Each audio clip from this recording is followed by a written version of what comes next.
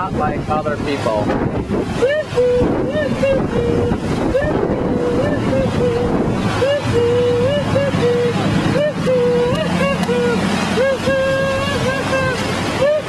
Doing tricks on a boogie board going down the damn street.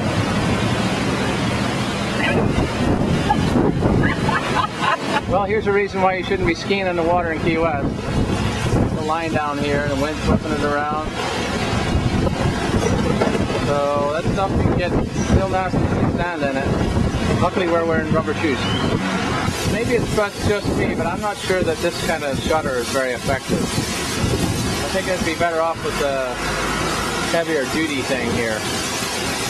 But anyway, Sands Beach Club, well, it sure is near the beach. Or is it the beach near them? This is,